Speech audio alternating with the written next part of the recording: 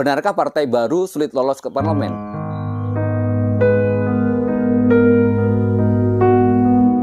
Jika teman-teman memperhatikan pernyataan para pengamat di sejumlah media, rasanya akan sulit bagi partai baru untuk bisa mendapat kursi di Senayan. Namun demikian, pernyataan ini tidak justru membuat kita kecil hati. Justru sebaliknya, ini akan memantik semangat kita, memantik kesadaran kita, dan sekaligus membuat kita semakin bekerja lebih keras lagi untuk membuktikan bahwa partai baru tidak akan bisa lolos ke Senayan itu adalah mitos belaka. Tentu saja, kita berterima kasih dengan masukan yang diberikan. Dengan masukan itulah kita akhirnya tahu tentang apa yang harus kita lakukan. Ini adalah pemerhati politik sekaligus Direktur Eksekutif Indonesia Political Opinion, Deddy Kurniasyah. Dia pesimis partai baru bisa lolos ke parlemen pada pemilu mendatang. Menurutnya, faktor figur saat ini masih cukup signifikan dalam menentukan suara partai politik. Modal figur juga harus didukung dengan logistik yang kuat jika ingin masuk ke parlemen. Jadi tanpa figur, tanpa modal, semuanya hanya mimpi belaka.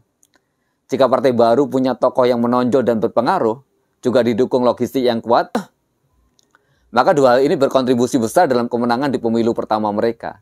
Jika tidak memiliki dua atau salah satunya, jangan terlalu bermimpi. Politik itu sangat rasional, kata Deddy. Teman-teman, hal senada juga disampaikan peneliti Pusat Penelitian Politik BRIN, Wasisto Raharjojari. Wasisto mengatakan, hasil perolehan suara pada pemilu 2019 yang lalu, mayoritas partai politik baru tidak bisa menembus parliamentary threshold 4%. Sebut saja Perindo yang hanya mendapat suara 2,67%. Kemudian disusul Partai Berkarya 2,09% dan PSI yang hanya mendapatkan 1,89%. Partai baru juga terkendala dalam upaya membangun basis pemilih dan sulit berkompetisi untuk mencari ceruk suara pemilih pemula karena kalah narasi. Namun penting pula untuk dicatat bahwa kekuatan figur itu tak hanya sekedar popularitas dan pengalaman, tetapi juga permodalan. Menurutnya, faktor terakhir inilah yang seringkali menjadi penentu akhir. Jadi selalu ada dua hal itu, soal popularitas dan kemudian soal modal. Tanpa keduanya, para pengamat mengatakan akan sulit bagi partai politik baru untuk bisa ikut bersaing, apalagi kemudian mendudukkan kader atau wakilnya di parlemen. Lantas bagaimana dengan teman-teman? Apakah partai baru masih memiliki harapan? Yuk kita mendiskusikan persoalan ini dengan menuliskannya di kolom komentar. Satu hal yang pasti, dalam pemilu 2024 nanti, di hadapan rakyat semua partai hakikatnya sama. Sama-sama dari hitungan nol. Menunggu pilihan rakyat di bilik suara. Barulah kemudian dalam perhitungan suara akan terlihat kepada siapa rakyat memberikan suaranya. Memang, partai yang saat ini memiliki kursi di parlemen bisa jadi diuntungkan. Mereka sudah punya infrastruktur yang kuat. Tetapi ingat, mereka juga membawa sejumlah persoalan. 5 tahun ini, rakyat bisa menilai kinerja mereka. Setidak-tidaknya bagi sebagian kaum buruh, partai politik yang saat ini ada gagal menyerap aspirasi rakyat. Lahirnya Omnibus Law Undang-Undang Cipta Kerja makin menegaskan watak asli mereka yang condong pada kepentingan oligarki. Jadi sangat wajar jika rakyat tidak lagi memilih partai politik yang saat ini mengisi Senayan. Alasannya sederhana, mereka sudah terbukti gagal. Hal ini senada dengan hasil survei Parameter Politik Indonesia dan Political Research and Consulting yang berjudul Pendapat Key Opinion Leader tentang Capres 2024. Salah satu tema yang dibahas adalah terkait dengan penilaian masyarakat terkait dengan kinerja lembaga negara.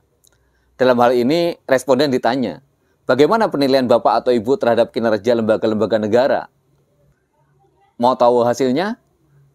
Kesimpulannya adalah parlemen, dalam hal ini MPR, DPR, DPD, itu mendapat skor yang terburuk. Itu artinya para politisi yang ada saat ini, partai-partai politik yang ada saat ini, gagal menyerap aspirasi rakyat. Kegagalan menyerap dan memperjuangkan aspirasi rakyat di tingkat kebijakan itulah yang salah satunya melatari pendirian partai politik baru. Partai Buruh, misalnya, dihidupkan kembali karena persoalan Omnibus Law. Partai Buruh adalah antitesa dari partai politik hari ini yang telah mengecewakan kelas pekerja. Jadi, kalau ada yang berpendapat bahwa partai baru tidak laku, hal sebaliknya justru terjadi pada partai lama. Karena rakyat selama ini hanya disuguhi dengan janji-janji, kini mereka memiliki alternatif. Siapa lagi alternatif itu kalau bukan partai baru? Apakah partai buruh akan lolos ke Senayan? Tentu saja optimisme itu menyala-nyala di dalam dada setiap kelas pekerja. Sederhananya begini, kalau tidak optimis bakal menang, buat apa kita repot-repot mendirikan partai? Ya enggak? Pertanyaan kemudian, apa yang membuat Partai Buruh optimis bisa lolos ke Senayan? Untuk menjawab pertanyaan itu, saya akan menyampaikan data-data yang ada. Jadi, apa yang akan saya kemukakan bukanlah soal sekedar keyakinan, tetapi juga ditunjang dengan realitas yang ada di lapangan. Hal yang pertama, Partai Buruh fokus pada isu khusus yang menyasar para buruh, petani, dan masyarakat termarginalkan, di mana saat ini jumlah buruh formal di Indonesia mencapai sekitar 56 juta orang. Apabila menghitung dengan keluarga, katakanlah suami atau istri mereka, dan ditambah satu anak begitu, sebagai orang yang punya hak pilih, jumlahnya ditaksir bisa mencapai sekitar 70 juta. Itu angka yang cukup untuk menjadi market atau pasar bagi Partai Buruh. Alasan yang kedua, Partai Buruh terdiri dari 4 konfederasi besar di Indonesia. Antara lain ada KSPI, kemudian ada ORI KSPSI, ada kawan-kawan KPBI, ada KSBSI, dan ada 60 federasi di tingkat nasional. Selain itu juga ada Serikat Petani Indonesia yang juga menjadi serikat petani terbesar di Indonesia. Apabila di total, anggota mereka dan keluarganya itu bisa mencapai 10 juta orang. Jadi kita bisa memperkirakan dengan angka yang sedemikian besar, untuk bisa mendapatkan parlamentaritas sebesar 4%, itu bukanlah sesuatu yang mustahil untuk bisa kita lakukan. Dan dengan suara itu, Partai Buruh seharusnya bisa memperoleh suara untuk memenuhi ambang batas parlemen dengan kekuatan yang ada. Hal ketiga yang harus dicatat, Partai Buruh merupakan para partai politik yang berbicara pada isu-isu yang langsung menyasar publik seperti isu outsourcing, jaminan pensiun, jaminan kesehatan, lapangan kerja, reforma agraria, tanah untuk petani, isu tenaga honorer, hingga berbicara soal upah buruh migran. Jadi Partai Buruh adalah partai kelas yang tidak berbicara mengawang-awang seperti yang dinarasikan oleh partai lain. Partai Buruh adalah partai yang bekerja secara harian di tengah-tengah masyarakat. Partai yang berkutat dengan permasalahan persoalan yang dihadapi oleh rakyat. Tegasnya, Partai Buruh akan menggunakan isu-isu publik yang sudah kerap disuarakan serikat pekerja, serikat petani, serikat nelayan, dan berbagai masyarakat sipil yang lain, seperti soal isu Omnibus Law dan perebutan lahan, dan soal-soal yang berkaitan erat dengan masyarakat. Jadi, ini juga akan menjadi sebuah strategi kita untuk menegaskan bahwa partai ini bekerja setiap waktu.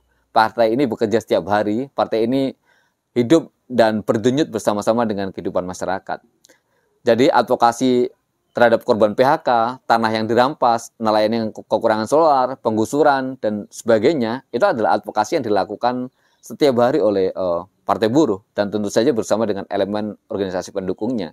Kerja-kerja harian bersama rakyat inilah yang kemudian membuat Partai Buruh tidak memerlukan figur atau ketokohan dalam menarik pemilih. Karena memang ini adalah partainya kelas pekerja. Toh rakyat juga sudah jengah dengan pencitraan. Jadi Partai Buruh memilih untuk bekerja bersama dengan rakyat. Pada akhirnya kita optimis Partai Buruh akan menjadi partai besar di masa depan. Meski tidak bisa mengusung presiden sendiri di pemilu 2024, kita memprediksi Partai Buruh bisa mengajukan presiden sendiri di masa depan.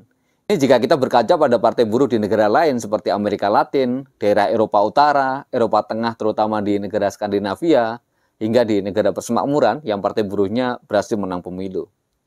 Sampai jumpa di kabar berikutnya. Yuk kita song-song kebangkitan kelas pekerja.